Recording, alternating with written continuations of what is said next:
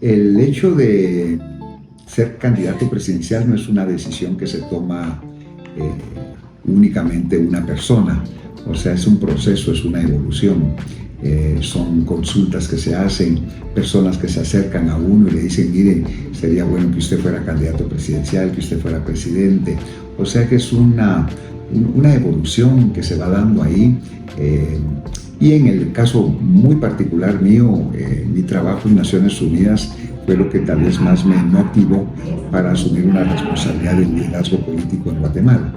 Cuando el Consejo de Seguridad de las Naciones Unidas me pidió que yo fuera a pacificar y estabilizar Haití, eso fue en mayo del 2006, llegué a Haití, un país que había sido el país más rico y más desarrollado del Caribe. Haití llegó a ser el mayor productor y exportador de azúcar del mundo, más que Cuba. Hoy en Haití le quieren poner una cucharadita de azúcar a la taza de café, esa cucharadita de azúcar la tienen que importar. En Haití se quieren comer un aguacate, lo tienen que traer de países vecinos, ya no producen nada. Haití tiene solamente 2% de su territorio de cobertura vegetal, de cobertura de árboles. Sin embargo, hasta 1963, por lo menos para mí hace relativamente poco tiempo, hasta 1963 el Producto Interno Bruto, el PIB de Haití era superior al de República Dominicana. En Haití había desarrollo, había producción, había exportaciones, había infraestructura, educación, había turismo, llegaban barcos cruceros a Haití. Hoy en Haití no hay absolutamente nada. Y a partir del 63, República Dominicana se fue para arriba y Haití entró en un proceso de degradación que lo convirtió no en un estado fallido, sino en un país sin estado, una ausencia de todo. Y ahí llegaron los grupos armados, las pandillas, las maras, grupos criminales a ocupar el país, y de Haití estaban saliendo, todos los haitianos se iban exilados y no se iban para Nueva Zelanda, precisamente se iban para Estados Unidos. Mucha migración ilegal. Entonces Estados Unidos propone al Consejo de Seguridad de la ONU una misión de militares de cascos azules para ir a pacificar y estabilizar a Haití, y me proponen a mí, me piden a mí que yo sea el jefe de esa misión. Y ahí fue donde aprendí grandes lecciones. Ese trabajo lo hice en Haití durante 15 meses. Cuando yo llegué a Haití había más o menos 450 secuestros al mes. 15 meses después no había un secuestro, una extorsión, un robo ni un asalto. O sea que cumplí con el mandato del Consejo de Seguridad. Por supuesto me dieron un mandato muy robusto y me dieron 18.500 tropas, un gran presupuesto para hacer ese trabajo. Y ahí me nombraron subsecretario general de la ONU encargado de todas las operaciones de mantenimiento de la paz en el mundo. Seguí supervisando a Haití, pero tenía 26 misiones a mi cargo. Mi trabajo esencialmente era administrar y supervisar estados en crisis y estados fallidos. De ahí aprendí otras grandes lecciones, que en todos esos países que me tocó supervisar y administrar en el pasado hubo Estado de Derecho, hubo producción, exportaciones, todo caminaba. Y por una u otra razón, igual que Haití, cada uno de esos 26 países entró en un camino que los convirtió en lo que son. Y ahí es donde no me entra a mí la preocupación, me entra a mí la angustia. Cuando veo el camino que recorrieron esos países, es exactamente el mismo recorrido que Guatemala está siguiendo. Y que si no le cambiamos de rumbo al país, nos vamos a convertir en un estado fallido, o en un país sin estado, y vamos camino a un barranco. Y si caemos en ese precipicio de ese hoyo, no se sale. Esa fue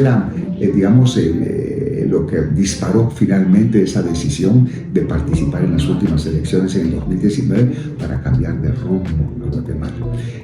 Usted recordará que de 19 candidatos yo ocupé el tercer lugar, sin recursos, sin vallas, sin propaganda, sin publicidad. Yo andaba con una pancarta ahí por todas partes. Ahorita estoy en tratamiento dermatológico por todo el sol que me cayó encima. Fue una campaña muy satisfactoria y de 19 candidatos ocupamos el tercer lugar.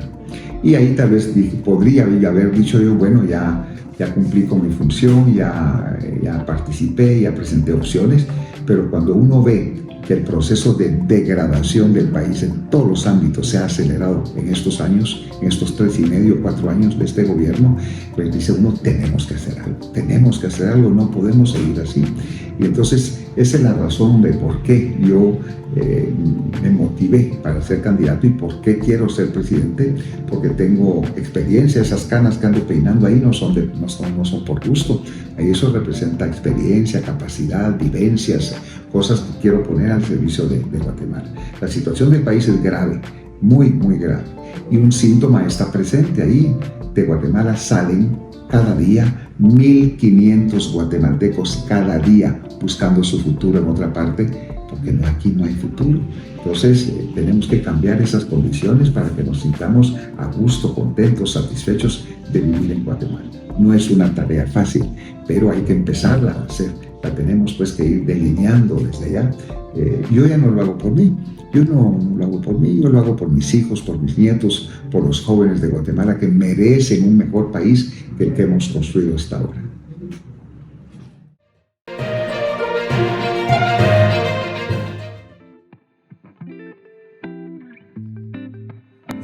Yo empecé a trabajar cuando tenía 10 años de edad y no he dejado de trabajar desde entonces. Yo empecé como aprendiz en los talleres del Diario de Centroamérica, el diario oficial, y ahí en los talleres después me nombraron ayudante de corrector de pruebas, después fui corrector de pruebas, después fui reportero, fui redactor, fui jefe de redacción, fui columnista en muchos medios de comunicación en Guatemala. Entonces tuve una formación como periodista desde niño durante muchos años de mi vida. Entonces cuando a mí me preguntan, bueno, ¿y usted qué es? ¿Usted qué es? Lo primero que a mí me nace decir es, soy periodista, porque fue lo que hice durante muchos años, sobre todo los primeros años de mi vida. Y estudié Derecho en la Universidad Mariano Gálvez, ya participé en política en los años de la guerra, del conflicto en Guatemala, esas divisiones, polarizaciones horribles. Cuando les hablo a los jóvenes en Guatemala, cuando doy pláticas y conferencias y les menciono la guerra en Guatemala, muchos se me quedan viendo como que estuviera yo hablando de la guerra de las galaxias, ni enterados. Los guatemaltecos, los jóvenes, no saben lo que Guatemala pasó en 36 años de guerra. Aquí hubo 200.000 muertos. Esa guerra nos dejó 80.000 viudas, 300.000 huérfanos. Había centenares de miles de guatemaltecos viviendo en campamentos de refugiados del otro lado de la frontera en Honduras y en Chiapas en México. Y les pregunto a los jóvenes, miren, pregunte a sus abuelos, a sus padres. Todos los guatemaltecos sufrimos de esa guerra espantosa. Entonces ahí fue donde ya como periodista, interesado mucho en los temas sociales y políticos, me involucré en política, participé ya como candidato a diputado, fui electo en 1982 y al día siguiente que me dieron mi credencial de diputado electo fue el golpe de Estado de Ríos Montt y anularon y cancelaron la elección. Fui candidato a diputado para la Asamblea Nacional Constituyente en las elecciones del 85 y perdí por 300 votos, no llegué a la Asamblea Nacional Constituyente. Después ya participé pues con la unión del Centro Nacional, el partido político que había fundado mi amigo, el periodista Jorge Carpio Nicol, la UCN, la buena, la original. Y así en las elecciones pues, del 85 fui electo, tomé posesión en el 86, fui reelecto en el año 2000, reelecto en el año 1990, 85, después 90 y en el 1992 fui electo presidente del Congreso de la República. Yo tenía 39 años de edad, un gran honor. Y ahí empecé con grandes reformas, eliminando franquicias, beneficios, privilegios de oficiales del ejército, de diputados, el nuevo Código Procesal Penal, el bono 14 que impulsé y que me costó mucho, pero finalmente se logró. Sí, muchas cosas interesantes en aquella época. Y en el 1993 ya renuncio como diputado del Congreso de la República. Fui diputado toda mi vida durante 7 años y ya renuncio y me voy como embajador de Guatemala a Estados Unidos. Ahí estoy durante 3 años y medio casi, con un mes donde no estuve cuando renuncié, cuando el autogolpe de Jorge Serrano. Yo me opuse a ese autogolpe, pero al final pues pasó la crisis, volví a ocupar mi función y en el año 2000 me nombran embajador de Guatemala ante la Unión Europea. Debo decir que yo estudié toda mi secundaria en el Instituto Adolfo Bécquer Central y una noche a la semana iba a Liga a estudiar inglés y una noche a la semana iba a la Alianza Francesa a estudiar francés. Fui al Instituto Dante Alighieri, el italiano, también para aprender un poco de italiano. Fui al Instituto Alemán, eso sí no pude aprender nada porque el alemán es re complicado. muy difícil, pero aprender idiomas, y ese es un mensaje para los jóvenes, aprender idiomas, miren, me abrió literalmente las puertas del mundo. Es muy importante, es muy trascendente. En todo caso, a mí nadie me hubiera nombrado embajador en Estados Unidos si yo no hubiera hablado inglés. Nadie se le hubiera ocurrido nombrarme embajador ante la Unión Europea si yo no hubiera hablado francés. Entonces, pues trabajé como embajador de Guatemala en Estados Unidos, después en la Unión Europea durante 5 años y medio. Ya venía yo de regreso a Guatemala cuando me llaman, recibo una llamada de parte del secretario general de la ONU que andaba buscando a un latinoamericano que tuviera experiencia política, experiencia diplomática, que hablara inglés, que hablara francés, para ser jefe de una misión para ir a pacificar a Haití. Y así fue como y habían 22 personas para el cargo, candidatos, fuimos entrevistados y el panel que entrevistó a todos los candidatos me seleccionó a mí por unanimidad. Así llegué yo pues a Naciones Unidas, como les conté anteriormente, estuve a cargo de esa misión de pacificación en Haití, después fui subsecretario general de la ONU encargado de todas las operaciones de mantenimiento de la paz en el mundo. Llegué a tener hasta 130,000 personas bajo mis órdenes, de los cuales 93,000 militares, 15,000 policías. El presupuesto que yo administraba era más grande que el presupuesto de la República de Guatemala, era de 8.5 mil millones de dólares al año, $8.5 billion a year. Y 26 misiones alrededor del mundo. Esas experiencias después me elevan al rango de secretario general adjunto de Naciones Unidas. El secretario general, yo era el secretario general adjunto de Naciones Unidas, el segundo hombre más importante pues, de esa organización y del mundo. Y mi último trabajo en Naciones Unidas fue como jefe de un mecanismo para investigar el uso de armas químicas en la guerra en Siria. Y además de temas de trabajo a nivel privado, como abogado, como administrador de empresas, gerente de empresas. Yo fui subgerente de Continental Motores, por ejemplo, de la agencia Volkswagen, empresas de servicios a empresas petroleras, o sea, una diversidad pues, de experiencias también en el sector privado, en el sector público. Y aprendí muy pronto en la vida de que la recompensa por un trabajo bien hecho es la oportunidad de hacer otro trabajo bien hecho. Y esa es una filosofía pues, que he aplicado en la vida. Entonces, cuando se me pregunta, bueno, ¿qué calidades, qué cualidades, por qué? O sea, ¿qué es lo que lo nutre a usted? ¿Cuál es el fundamento de un candidato presidencial como usted? ¿Qué experiencia tiene? Pues creo que ahí está evidente pues, de que tengo esas capacidades en muchos aspectos de la administración pública y de la vida humana también.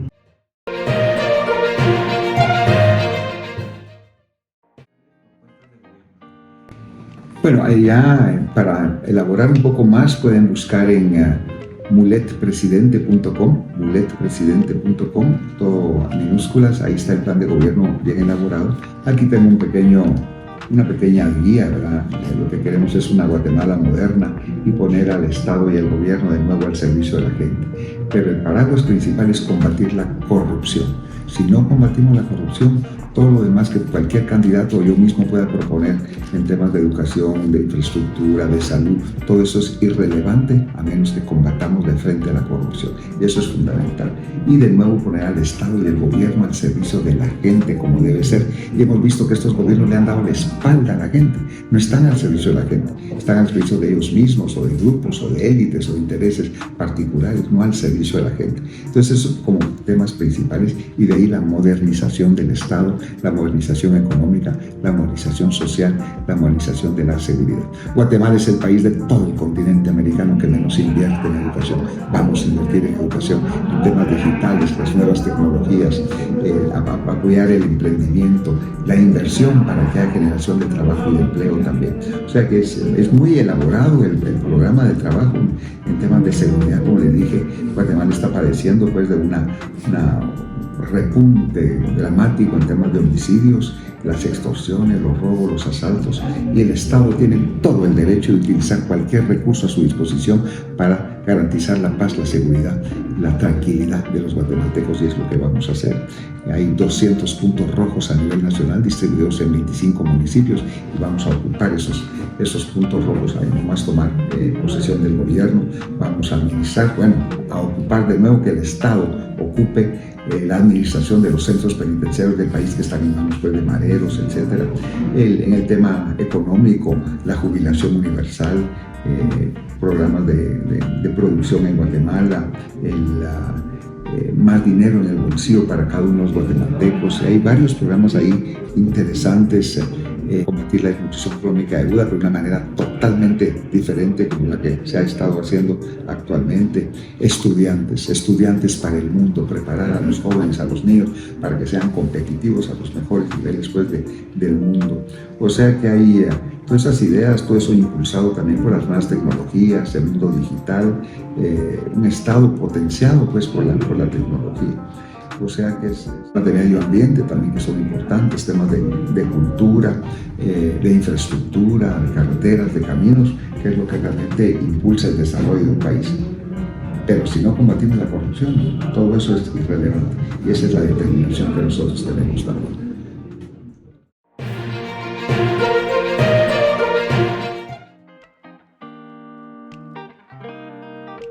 Sí, en efecto, los jóvenes entre 18 o 40 años de edad, 35 años de edad, es el mayor porcentaje pues, de la población electoral y son los que deben tomar esa decisión, esa responsabilidad, asumir la responsabilidad de votar y a través de ese voto transformar el país. Lo que he encontrado con la juventud es que hay mucho nihilismo. La gente ya no cree en nada ni en nadie, hay muchas dudas, hay muchas reservas sobre la clase política. Entonces yo creo que los jóvenes tienen que investigar bien, raspar ahí, a ver qué hay detrás de cada persona, de dónde vienen, qué los motivan, cuáles son sus programas de gobierno, qué están pensando, de qué gente están rodeados, si hay gente capaz, gente honesta, gente con sentido de solidaridad social, o si es gente solamente que está ahí siguiendo las instrucciones de la mano peluda, porque en Guatemala hay una mano peluda que no quiere que se invierta en educación porque no les conviene, una mano peluda que mantiene las medicinas más caras del mundo, que se están beneficiando de eso, una mano peluda que no quiere el desarrollo integral de la sociedad guatemalteca. Entonces, mi mensaje sería para la juventud que este 25 de junio, que es el Día del Maestro y el Día de la Educación Nacional, que asumamos esa responsabilidad y que votemos en conciencia, que no votemos nulo o que sí participemos, no nos abstengamos de votar. El destino de Guatemala está en las manos de ustedes y estas elecciones este 25 de junio no son una oportunidad. Estas elecciones son la última oportunidad que tiene Guatemala para salir adelante. Porque si no asumimos esta responsabilidad ahora, si permitimos que el pasado que tanto daño nos ha hecho, que siga, que persista, que continúe, no vamos a sacar adelante el país. Ya llegó el momento de decirle a las viejas políticas, a las viejas prácticas de la vieja política, a toda esa gente, muchas gracias, ya estuvo suave, muchas gracias, pasemos a otra cosa. Guatemala tiene un potencial, como dije anteriormente, como no lo tiene ningún otro país del mundo. Ahí está una luz, vayamos a ese camino de luz, de progreso, de desarrollo, de oportunidades para todos. Esa oportunidad está ahí ese 25 de junio. Pero todo está en manos de los jóvenes de Guatemala. ¿Qué tipo de Guatemala quieren? ¿Qué Guatemala quieren? Para ellos mismos, para su familia y para su entorno. Entonces yo estoy convencido que estas elecciones realmente son las que van a determinar ese futuro del país. Un presidente solo, con su equipo de gobierno, no es suficiente. Necesito del apoyo y el respaldo de todos ustedes. Y esta oportunidad es este 25 de junio.